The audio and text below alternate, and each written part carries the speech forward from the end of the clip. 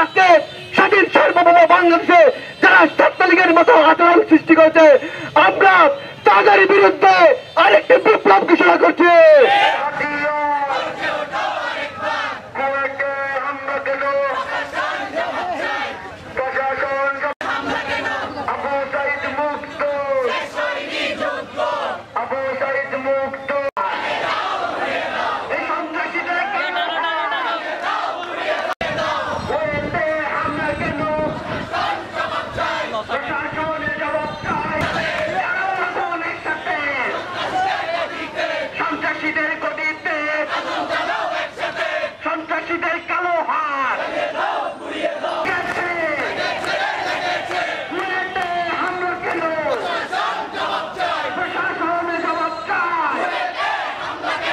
যারা গুপ্ত পরিচয় বহন করে আমরা তাদের সন্ত্রাসী দল বলি।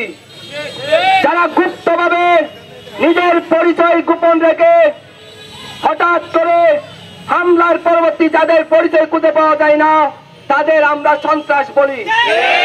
ছাত্রদল কিংবা ছাত্র শিবিরের মধ্য দিয়ে যারা যেই নেতাকর্মী কোয়েটের শিক্ষার্থীর উপর নির্মম হামলা করেছে তাদের অতি দ্রুত বহিষ্কারের মাধ্যমে আইনের আওতায় আনার আহ্বান জানিয়ে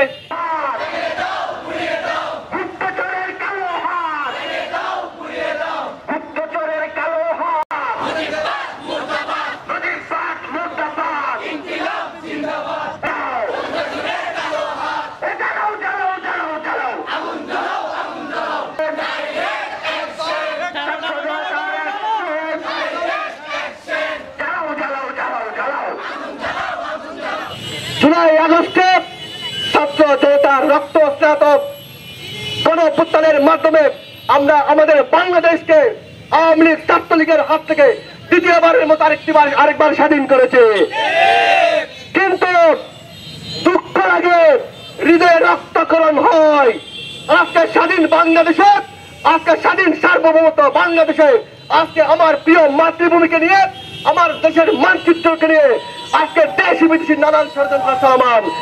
আজকে সাধারণ স্বাধীনতা পরবর্তী বাংলাদেশে আজকে দুঃখ লাগে কুয়েটের মতো একটি বিশ্ববিদ্যালয়ে সন্ত্রাসী গোষ্ঠী কর্তৃক সাধারণ শিক্ষার্থীদেরকে নির্মম ভাবে আজকে হামলার শিকার হতে হয়। আজকে আমি দুঃখ ভারাক্রান্ত কণ্ঠে বলতেছি, কুয়েটে রক্ত জ্বলল কেন? কুয়েটের সাধারণ শিক্ষার্থীদের পর হামলা চালানো হলো কেন? যে সময় যে সংগঠন যে গোষ্ঠী আজকে কুয়েটের সাধারণ শিক্ষার্থীদের রক্ত জড়িয়েছে, আজকে যারা স্বাধীন বাংলাদেশে নব্য পৃথিবী হওয়ার চেষ্টা করতেছে, আজকে স্বাধীন সার্বভৌম বাংলাদেশে যারা ছাত্রলীগের মতো আচরণ সৃষ্টি করেছে, আমরা তাদের বিরুদ্ধে আরেকটি বিপ্লব ঘোষণা করছি। আমরা তাদেরকে দেখিয়ে দেওয়ার হুঁশিয়ারি দিচ্ছি, আমার স্বাধীন বাংলায়, আমার সোনার বাংলায়, সেটা যে দল হোক, যে সংগঠন হোক, যে দলের সন্ত্রাসী হোক, তাদের টাই নাই, তাদের টাই নাই। যদি কুয়েটের মতো দ্বিতীয়বার কোন বিশ্ববিদ্যালয়, কোন শিক্ষা প্রতিষ্ঠান, কোন অর্গানাইজেশনে আমার সাধারণ শিক্ষার্থীদের মধ্যে দিয়ে হামলার চেষ্টা করা হয়, হামলা করার সামান্য পরিকল্পনা করা হয়, আমরা কক্সবাজার থেকে শুরু করে সারা বাংলার ছাত্র সমাজ আরেকটি জুলাই আগস্ট বিপ্লব ঘটাবো ইনশাআল্লাহ।